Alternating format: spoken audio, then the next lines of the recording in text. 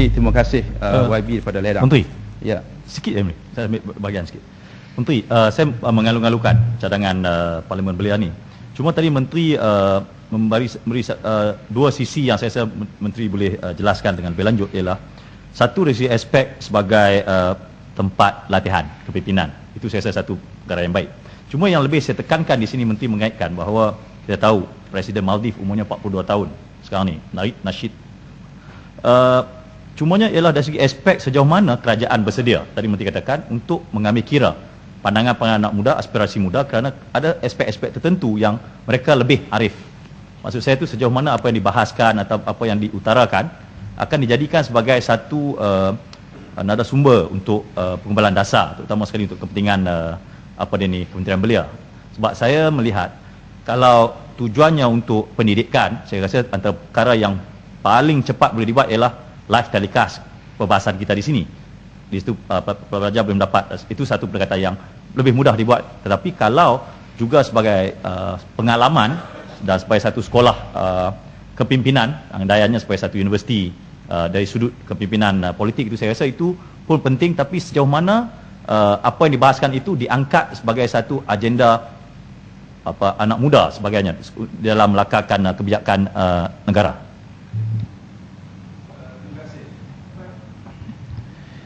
Yang berhormat, balik pulau, kami menganggap bila kita jadikan ini sebagai institusi baru, ia adalah satu perkara yang serius.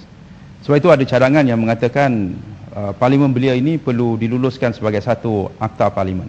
Artinya siapa saja yang menjadi kepimpinan sebagainya menganggap ini sebagai suatu yang serius, mesti mempunyai komitmen untuk melaksanakannya dan memberi perhatian terhadap apa yang dikemukakan. Dan ini saya anggap bahawa suatu perkara yang positif di dalam konteks kita membawa negara ini dalam program, dalam proses transformasi. Kalau kita bercakap ISA pun insya-Allah akan dihapuskan.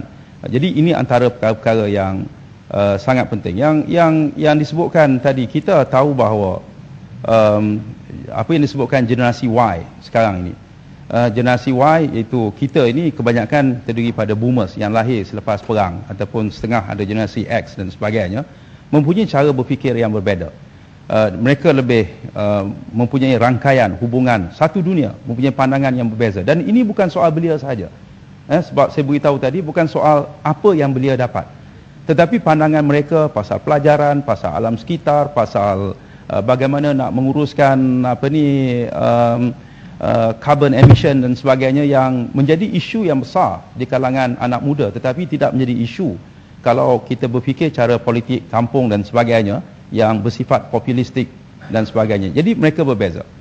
Sebab itu kalau saya nak jawab apa yang disebutkan oleh Yang Berhormat Lenggong tadi, yang mengatakan apakah kita nak memilih mereka dari bersifat sektoral, berapa wakil belia sektor kilang, berapa belia di kalangan pelajar universiti, berapa belia daripada, dan ini akan timbul banyak sektor. Dari segi kaum pun akan timbul balik. Sedangkan kita rasakan ini sepatutnya menjadi model politik baru negara.